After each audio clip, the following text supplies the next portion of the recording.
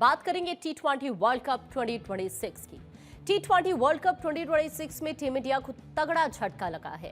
South Africa के हाथों 76 run से मैच हारने के बाद टीम इंडिया की सेमीफाइनल में पहुंचने की राह मुश्किल हो गई है। अब ऐसे में टीम इंडिया अब कैसे सेमीफाइनल में पहुंचेगी, वो कौन कौन से समीकरण है जो टीम इंडिया की खिताबी उम्मीदों को जिंदा रखे हुए हैं, इस पर आज डिटेल से बात करेंगे। लेकिन उससे पहले आज सुपर 8 की सुपर फाइट पर जल्दी से एक नजर डाल लेते हैं। आज के अगर मुकाबले की हम बात करें तो देखिए, ये जो अब मुकाबला है वेस्ट इंडीज और जिम्बाब्वे के बीच में होने वाला है।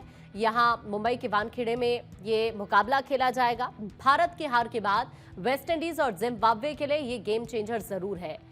जो टीम आज जीतेगी वो सेमीफाइनल की दौड़ में भारत से भिड़ने से पहले ही पॉइंट्स टेबल में भारत पर मजबूत बढ़त बना लेगी।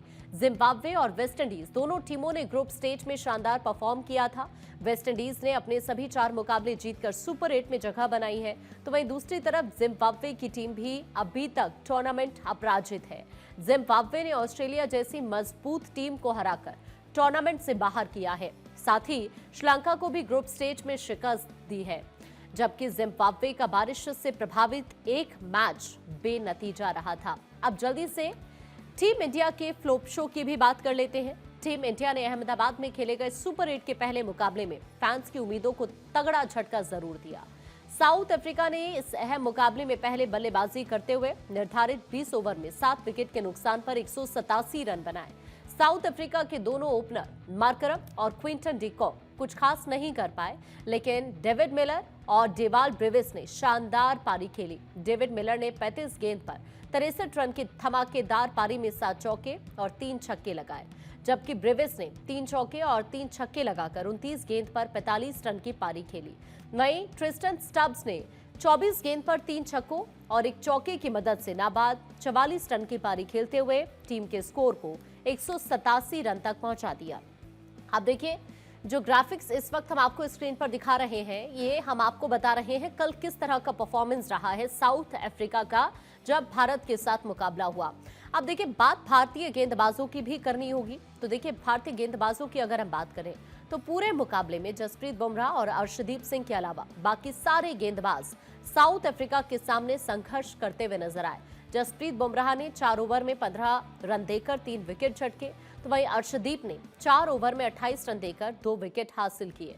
ये तो बुमराह और अर्शदीप की जोड़ी का ही कमाल था कि अफ्रीका ने एक वक्त 4 ओवर में 20 रन पर अपने 3 विकेट गंवा दिए थे और पावर प्ले में साउथ अफ्रीका की टीम 41 रन ही बना सकी थी। लेकिन इन दोनों गेंदबाजों के अलावा बाकी सभी गेंदबाजों की साउथ अफ्रीका के बल्लेबाजों मिलर, ब्रेविस और स्टब्स ने जमकर खबर ली। जो वरुण चक्रवर्ती ग्रुप स्टेज में मिस्ट्री बॉलर बनकर उभरे थे, उनकी गेंदबाजी साउथ अफ्रीका के खिलाफ कुछ भी काम नहीं कर पाई। वरुण ने 4 ओवर में 47 रन देकर केवल 1 विकेट हासिल किया, तो वहीं पंड्या ने 4 ओवर में 45 रन दिए और उन्हें एक भी विकेट नहीं मिला, जबकि शिवम दुबे ने 2 ओवर में 32 रन देकर 1 विकेट हासिल किया। तो इस तरह से कल का पूरा ये मुकाबला रहा है, चाहे भारतीय गेंदबाजों की बात करें या साउथ अफ्रीका के बल्लेबाजों की बात की जाए। जैसा प्रदर्शन भारतीय बल्लेबाजों ने अफ्रीका के सामने किया है ना, उसने भारत के टॉप ऑर्डर की पोल खोलकर रख दी है। शिवम दुबे के अलावा भारतीय टीम का कोई बल्लेबाज कुछ भी खास नहीं कर पाया। शिवम ने 37 गेंद पर 42 रन बनाए, जबकि हार्दिक ने 17 गेंद पर 18 रन और सूर्य कुमार यादव ने 22 गेंद पर 18 रन की पारी खेली, जबकि ईशान किशन 0 पर आउट हो गए। अभिषेक शर्मा 15 रन बनाकर पवेलियन लौट गए, जबकि रिंकू सिंह 0, वॉशिंगटन सुंदर 11 रन पर आउट हो गए और तिलक वर्मा ने भी महज 1 रन बनाया। तो इस तरह से कल बल्लेबाजी रही टीम इंडिया की। साउथ अफ्रीका की तरफ से पहला ओवर फेंकने वाले मार्करम ने पहले ही ओवर में ईशान किशन को 0 पर आउट किया। टीम इंडिया को एक बड़ा झटका दे दिया शुरुआत में ही, जबकि मार्को जॉनसन साउथ अफ्रीका के सबसे कामयाब गेंदबाज साबित हुए। उन्होंने 3.5 ओवर में 22 रन देकर 4 विकेट हासिल कर लिए, जबकि केशव महाराज की अगर हम बात करें तो इन्होंने 1 ओवर में ही 3 विकेट निकालकर टीम इंडिया की हार तय कर दी और यहीं से लग रहा था कि शायद अब टीम इंडिया के सामने एक बड़ी मुश्किल जरूर आने वाली है। देखिए, सुपर 8 की ग्रुप 1 की पॉइंट्स टेबल में टीम इंडिया इस वक्त सबसे नीचे पायदान पर पहुंच गई है और टीम इंडिया को मिली करारी शिकस्त ने टीम इंडिया के नेट रन रेट को -3.8 तक पहुंचा दिया है, जो ये बताता है कि अहमदाबाद में मिली हार भारत के लिए कितना बड़ा झटका है। अब ऐसे में भारतीय टीम को सेमीफाइनल में पहुंचने के लिए अपने बाकी बचे दोनों मुकाबलों में जीत के साथ साथ ग्रुप 1 की अन्य टीमों की हार जीत पर भी नजर रखनी होगी।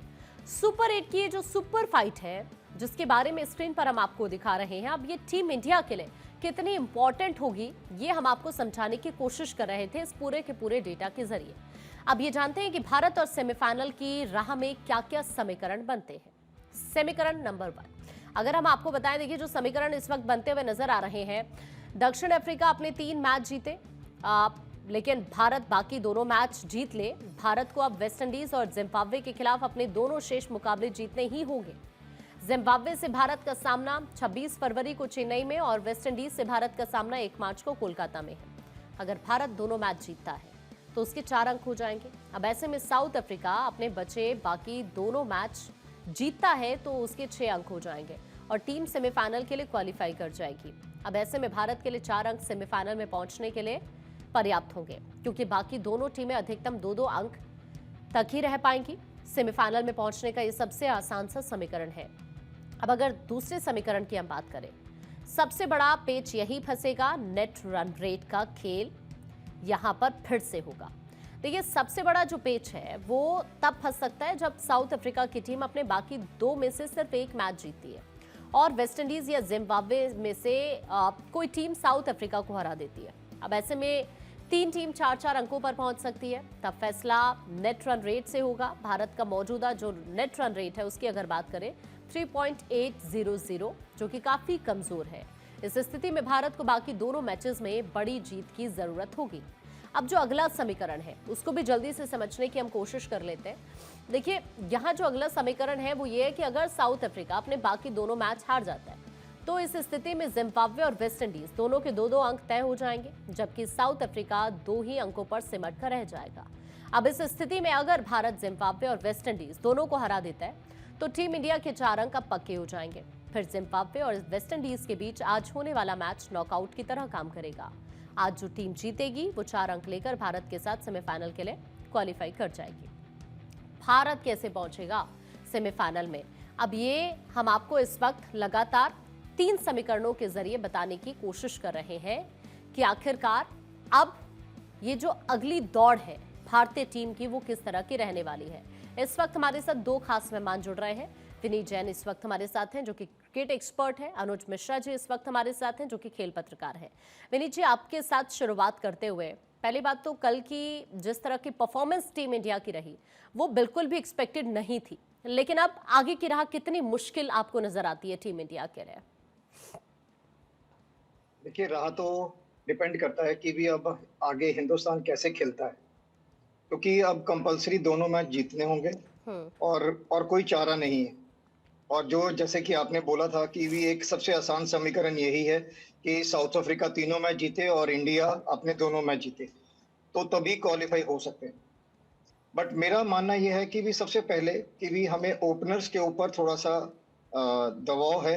अगर हमारे ओपनर्स अगर चलेंगे तो ही रन बनेंगे, क्योंकि ओपनर्स का काम होता है रन बनाना और ताबड़तोड़ करके बैटिंग करके रन बनाना। और जब किसी टीम के ओपनर पहले ओवर में या 2 ओवर में आउट हो जाते हैं तो फिर मिडिल ऑर्डर का काम होता है विकेट बचा के खेलना और रन बनाते रहना थोड़ा।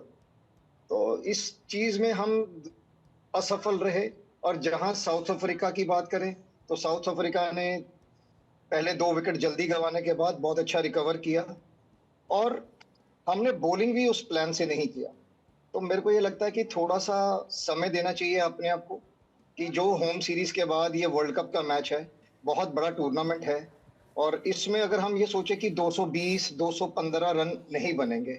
आप देखें कि साउथ अफ्रीका ने बहुत अच्छी बैटिंग करी, फिर भी उनके रन 185 86 87 में ही बने, जबकि लास्ट के 2 हिट नहीं बनते तो ये रन ना बनते।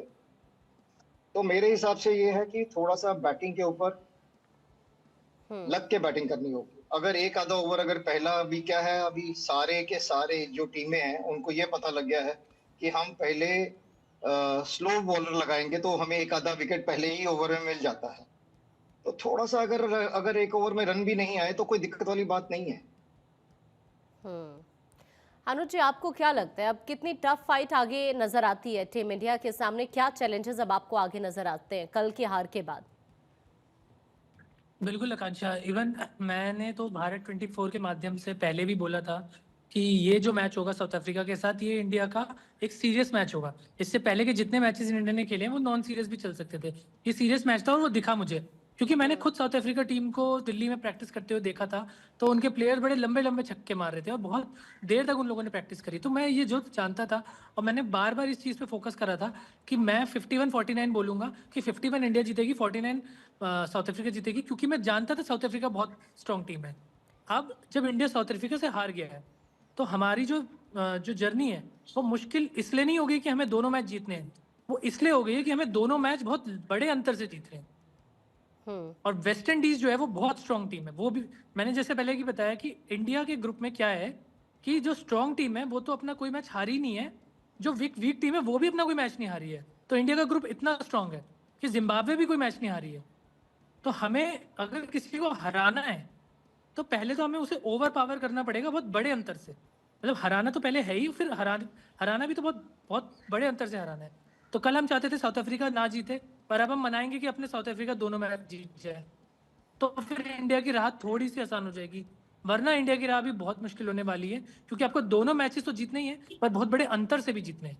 आकांक्षा, बिल्कुल, लेकिन अब मैं एक और चीज़ आपसे समझने की कोशिश करूंगी जैन सर। अगर कल के मुकाबले की हम बात करें तो वाकई जिस तरह की परफॉर्मेंस रही कल, सभी को उम्मीद थी कि अभिषेक शर्मा शायद इतने लंबे वक्त से नहीं चल रहे हैं, शायद सुपर 8 का ये पहला मुकाबला है तो इस बार शायद कुछ कमाल कर दें। क्या ओवर कॉन्फिडेंट हो गए हैं इस वजह से इस तरह की परफॉर्मेंस उनकी साइड से देखने के लिए मिल रही है? फिर अभिषेक शर्मा ही क्यों, ईशान किशन से बहुत ज्यादा उम्मीदें थी। जिस तरह से पाकिस्तान के खिलाफ उन्होंने शानदार पारी खेली, उसके बाद उम्मीदें और ज्यादा बढ़ गई थी। फिर वो भी वैसा ही करते हुए नजर आए। फिर गेंदबाजों की बात करें तो वो भी संघर्ष करते हुए नजर आए, क्योंकि कल गेंदबाज भी हमारे संघर्ष करते हुए नजर आए, बल्लेबाज भी हमारे संघर्ष करते हुए नजर आए। कम से कम ऐसी तो उम्मीद नहीं थी टीम इंडिया से। देखिए, मैं फिर एक चीज बोलता हूँ कि हमारे कल 3 बॉलर थे। वरुण चक्रवर्ती, जिसको हम मिस्ट्री बॉलर कह रहे हैं, वो 4 में 47 खा के बैठे हुए हैं। शिवम दुबे 2 में 32 हैं। तो ये जो बॉलर हैं, जब उन्होंने हमारा काम कर दिया, हमारे मेन बॉलर्स ने, अर्शदीप ने, बुमराह ने हमें 2 विकेट दिला दिए। और फिर उसके बाद ये 2-3 बॉलर हमें ये बॉल अच्छी नहीं कर पाए। इन 3 बॉलरों ने 8 ओवर डाले हैं। 8 ओवर में इन्होंने 100 रन दिए और जबकि 12 ओवर में 87 रन बने। तो मैं अपनी बात पे अडिग हूँ कि ये आईपीएल का मैच नहीं है, कोई फ्रेंचाइजी गेम नहीं चल रहा। ये बहुत बड़ा इवेंट है, वर्ल्ड कप हो रहा है, तो इसमें रन तो 180 के आसपास ही बनेंगे, इससे ज्यादा नहीं बनेंगे। और जहां तक हमारी बैटिंग का सवाल है, तो मेरे को ये लगता है कि ईशान किशन और अभिषेक शर्मा को एक चीज समझनी चाहिए कि रन बनाने के लिए वहां खड़े होना रहना पड़ेगा। अगर एक आधा ओवर अगर रन नहीं भी आएंगे तो मेरे को नहीं लगता कि भी कोई दिक्कत वाली बात है। और उसके बाद अगर आप 2 आउट हो जाते हैं और हमारे मिडिल ऑर्डर दूसरे और तीसरे ओवर में वो बैटिंग करने आएंगे तो उनके लिए भी डिफिकल्ट है। तो हम किसी भी स्टेज पे रन नहीं बना पाएंगे। फॉर्म में ना आना, इसके पीछे आपको क्या रीजन नजर आता है? देखिए, ऐसा है, ये T20 है, प्रेशर उनको भी है, सब पे है। उनको भी पता लगता है कि हाँ जी ये प्रेशर गेम है, रन बनाने पड़ेंगे। और जबकि टूर्नामेंट में आने से पहले हम अभिषेक शर्मा बहुत कह रहे थे, अभिषेक शर्मा, बट अब जो असल में पता लगेगा कि थोड़ा सा प्रेशर क्या होता है। तो मेरे को लगता है कि थोड़ा सा टाइम दें उनको और अपने आप को भी वो थोड़ा टाइम दें और थोड़ा सा विकेट के हिसाब से खेलने की कोशिश करें। अगर एक आधे मैच में अगर ताबड़तोड़ बैटिंग नहीं भी करेंगे तो कोई ऐसी बड़ी बात नहीं है और फॉर्म वापस आ सकता है उनका। बिल्कुल, मैं आपके पास लौट रही हूँ। मिश्रा जी, आपके पास मैं आते हुए अभी अगर जो अगले मुकाबलों की मैं बात करूं, आपको क्या लगता है सुपर 8 में अभी टीम इंडिया को क्या बदलाव करने की जरूरत है अगले अगर जो मैचेस हैं उनमें प्लेइंग 11 को लेकर? आकांक्षा, जैसे मैंने पहले भी कहा था कि जो पाकिस्तान के साथ हमने टीम खिलाई थी वो हमारी बेस्ट 11 थी। उसमें अगर हम कुलदीप को हटा दें और अर्शदीप को ले आए तो वो एक चेंज जो था वो मैं देख रहा था। कल वाला जो चेंज हमने जबरदस्ती का देखा, मतलब मेरे को जब वो चेंज पता चला तो मेरे को जबरदस्ती का चेंज लगा, क्योंकि बॉलिंग में आप सेम हो, वॉशिंगटन सुंदर अक्षर पटेल मान लो सेम है, पर बैटिंग में अक्षर पटेल कई गुना आगे हैं वॉशिंगटन सुंदर से। इतना गुना आगे हैं कि आप अक्षर पटेल को सिर्फ बैटिंग पे भी टीम में चूज कर सकते हो, वो इतनी अच्छी बैटिंग करते हैं। तो मुझे वो चीज़ समझ नहीं आई। तो जो आज हम समीकरण डिस्कस कर रहे हैं वो हमें तब डिस्कस करने चाहिए जब हमारी प्रॉपर टीम खेली हो और फिर हम हार गए हो। यहाँ तो मेरे हिसाब से हमारी टीम ही प्रॉपर नहीं खेली।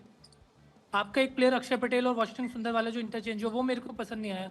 दूसरा, हमारे जो कुछ प्लेयर्स थे जिन पे हम ज़्यादा डिपेंडेंट थे वो उन्होंने ज़्यादा रन दे दिए और ना रन मारे। जैसे ईशान किशन ने रन नहीं मारे और वरुण चक्रवर्ती ने ज़्यादा रन दे दिए। क्योंकि मैं हमेशा से बोलते आया हूँ कि वरुण चक्रवर्ती को खेलना बहुत मुश्किल है, बट कल साउथ अफ्रीका ने खेल लिया और बहुत ज़्यादा रन मार दिए। तो यहाँ पे जो दोनों चीज़ें हुई ना कि हमारी बैटिंग भी खराब हो गई और बॉलिंग भी खराब हो गई, तो बहुत बड़ा डिफरेंस क्रिएट हो गया हमारे हारने में। हो सकता है हम 2-3 रन से हार जाते, ऐसा भी हो सकता था अगर हमें हारना ही था, पर वो डिफरेंस क्रिएट हो गया। तो मेरे हिसाब से तो रणनीति ये होनी चाहिए कि आप हमारी बेस्ट 11 को खिलाएं। जो एक्सपेरिमेंट करने का दौर था वो चले गया। आपको मैचेस भी मिले थे एक्सपेरिमेंट करने को, आपने करे भी, तो वो दौर चले गया है। किसी को ये चीज़ समझ नहीं आएगी कि वाशिंगटन सुंदर जो अभी टीम में आए हैं वो एकदम से प्लेइंग 11 में भी आ जाते हैं और एक बड़े मैच में इंडिया में खेल रहे हैं।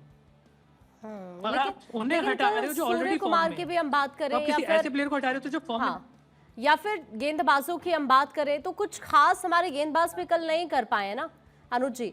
उम्मीदें तो बहुत ज्यादा थी कि कम से कम ठीक है आपकी बैटिंग का टर्न बाद में था, लेकिन उससे पहले तो जिस तरह का पूरा यहाँ पर एक टारगेट साउथ अफ्रीका की तरफ से यहाँ पर सेट किया गया, एटलीस्ट आप उसको रोक तो सकते थे। लेकिन गेंदबाजी भी कुछ खास करते हुए कल हमारे जो बल्लेबाज हैं या फिर जो गेंदबाज हैं वो भी यहाँ पर कुछ खास कमाल करते हुए नजर नहीं आए। बिल्कुल। मैं जब अरुण जेटली स्टेडियम में था पिछले हफ्ते, तो मैंने आसपास के लोगों से बात सुनी थी। उनमें से एक बात निकल के एक बंदे ने बोली थी, एक फेलो जर्नलिस्ट है, यार डेविड मिलर को मैं इतने सालों से देख रहा हूँ, कोई मैच नहीं जिताया उसने साउथ अफ्रीका को। तो कल जिता दिया डेविड मिलर ने मैच। हमारे जब 3 विकेट ऑलरेडी हमने गिरा दिए थे तो हमारे पास बहुत अच्छा मौका था कि हम मिलर को भी उसी वक्त आउट कर देते, क्योंकि मिलर जो है वो हमेशा मारने की फिराक में रहते हैं, पर हम वो आउट कर नहीं पाए। तो वो जो हमें एडवांटेज हमारे टॉप बॉलर्स ने दिया था वो हमारे मिडिल ओवर वाले बॉलर्स ने उसे कंटिन्यू नहीं किया। तो पूरा का पूरा जो मैं बोलूंगा कि हमारा जो रिस्ट्रिक्ट करने का टाइम जो हमें था वो हमें मौका मिला था। बैटिंग में तो चलो हमें मौका ही नहीं मिला, हमारे सारे प्लेयर्स ने बेकार बैटिंग करी है, शिवम दुबे को अगर छोड़ दिया जाए। तो बॉलर्स में तो हमारे प्राइम बॉलर्स ने हमें वो चांस दिया था, पर हमारे मिडिल ओवर वाले जो बॉलर्स थे उन्होंने उसे कैपिटलाइज नहीं किया। लेकिन जैन सर, मैं आपके पास आ रही हूँ अभी मिश्रा जी। जैन सर, आपके पास आते हुए 2023 के बाद अगर मैं इस बार की हार देखूं तो पहली बार ऐसा हो रहा है कि इतनी बुरी हार हुई है टीम इंडिया की। बिल्कुल ठीक कह रहे हैं। T20 में अगर आप 25 रन से ज्यादा का डिफरेंस रहता है तो ये बहुत बड़ी हार मानी जाती है। बट हमें बहुत गंभीरता से सोचना पड़ेगा कि हमें वापसी करनी है और हमें बेस्ट प्लेइंग 11 खिलानी चाहिए। हमें ये नहीं सोचना चाहिए कि हमारे पास नंबर 10 तक बैटिंग है। बैट्समैन वही बैटिंग तो उतनी ही होगी, 3-4 बैट्समैन रन बनाएंगे। बैट्समैन जो टोटल एवरेज बनाते हैं 2 ही बैट्समैन रन बनाते हैं और अपनी टीम को निकाल के ले जाते हैं। और 10 तक अगर आप सोचोगे कि हमें कुछ ऐसे बैट्समैन खिलाने हैं जो 10 तक बैटिंग करें, ऐसा मेरे को लगता नहीं। ये T20 गेम है, टेस्ट मैच नहीं है। जाहिर सी बात है सर। बहुत बहुत शुक्रिया आप दोनों खास मेहमानों का हमारे साथ इस चर्चा का हिस्सा बनने के लिए। जाहिर सी बात है कि अगली राह अभी आसान तो नहीं होने वाली, लेकिन अब टीम इंडिया को फूंक फूंक कर कदम आगे जरूर रखने होंगे।